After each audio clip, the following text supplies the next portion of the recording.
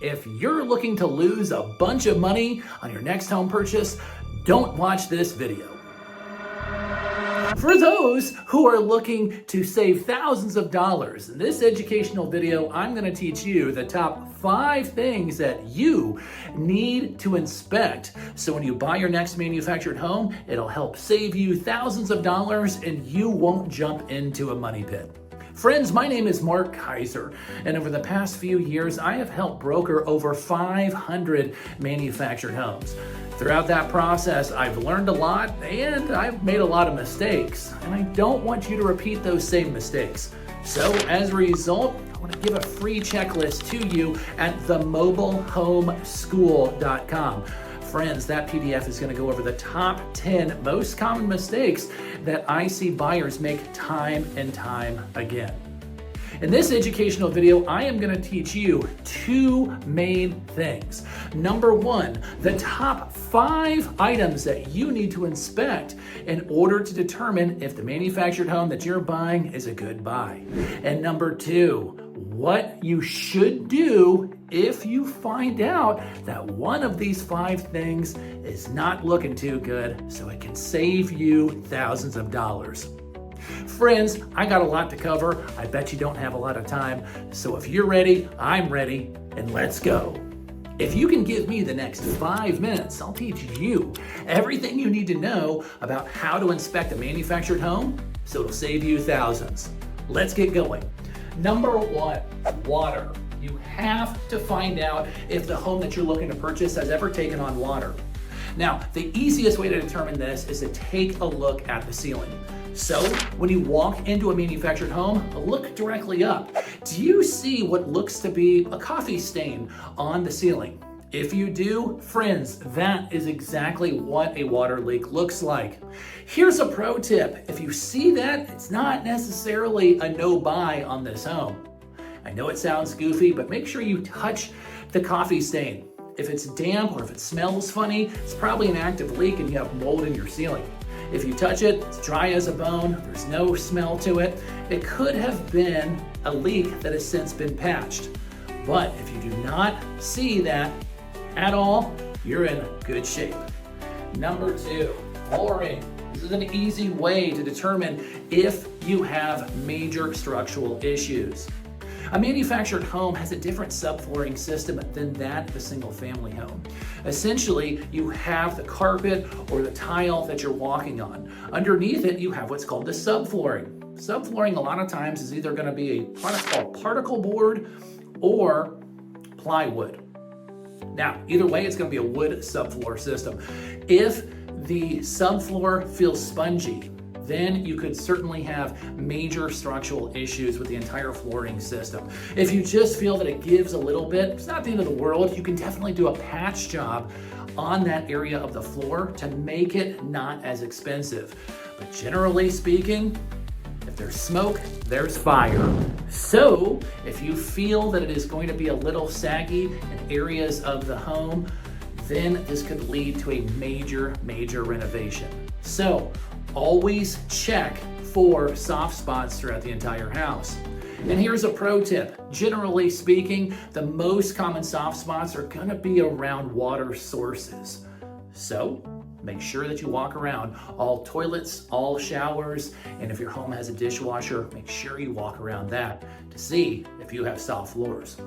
Number 3, we're going to put AC, the air conditioning. You got to stay cool, baby. The AC, if it has problems with it, can certainly be very expensive. Now, if your home has central AC, then that is going to be by far the most expensive repair for air conditioning in a manufactured home. The easy way to take a look at if the AC is a problem is if you have central AC, turn on the thermostat and wait for the AC to kick on. Does it cool the home or is it just kind of humming along without doing something? If that is the issue, always make sure you contact a trained HVAC technician to take a look at the AC. I promise you, friends, a few $100s for a service call can potentially save you $5,000 to $10,000. The plumbing. Manufactured homes a lot of times will come with one of two types of plumbing in the home. If it's a newer home, it's going to come with PVC pipe or something similar to that.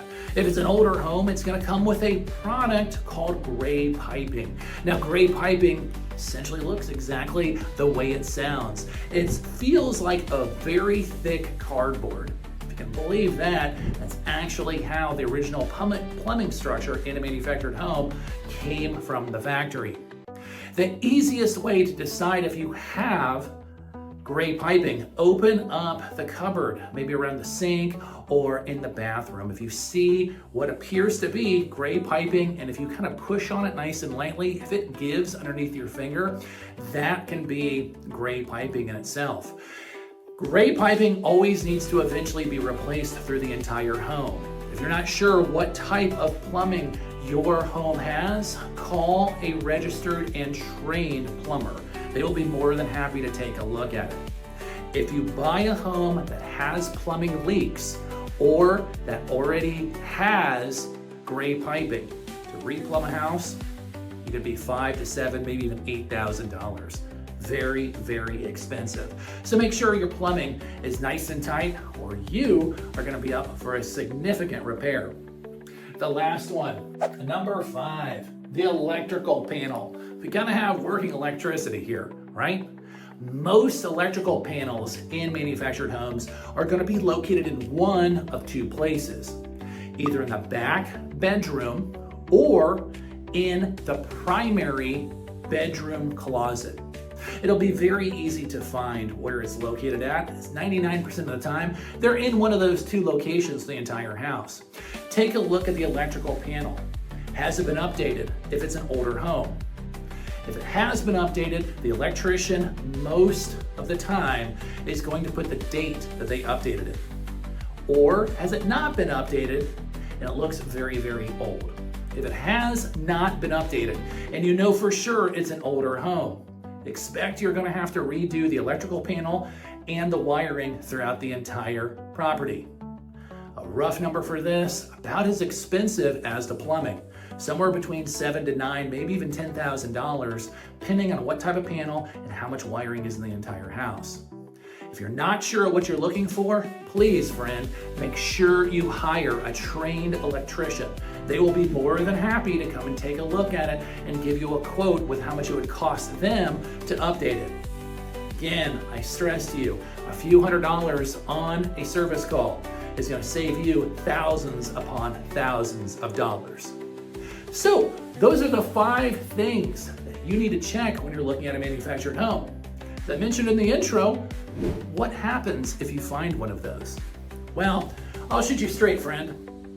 If you find mold in a house, that's a hard no. I definitely would not buy the home for money and for safety reasons. All the other ones, we're talking about our flooring, our AC, our plumbing, our electrical. If those items need to be redone, I'm not necessarily going to walk away from that house. However, I'm going to bargain with that seller and negotiate very hard, because now, from watching this video, you know about how expensive it's going to be to repair those. Easy way to remember this: if you have mold or a bad roof, walk away. It's not worth the headache, it's not worth the money, it's not worth the potential other issues that the water has gotten into the walls, to the ceiling and created mold, or any other type of massive problem. Bad roof, leaky roof, walk away. Flooring, electrical, plumbing, all the other ones, or the AC that we discussed, if it's bad, negotiate and then get a smoking deal and get it fixed by a professional. So, I hope that helps you learn on how to take a look at a manufactured home if it's pre-existing, so that it can help save you thousands of dollars. But hey, real quick before you go, next week we're going to have a fantastic educational video. We're going to talk about a major problem in this industry that a lot of people don't understand, and that's financing a manufactured home. Can it be financed? Does it have to be a cash deal? Or what is the actual details behind that? It's going to be a fantastic educational video. I can't wait for next week to share with you all that I know to help get you in a better position to buy your next home. Well, friends, if you found any of this helpful, do us a huge favor, smash that subscribe button, hit the like button, and let us know in the comments below what your favorite part about this video was. As always, friends, my name is Mark. You've been with the Mobile Home School.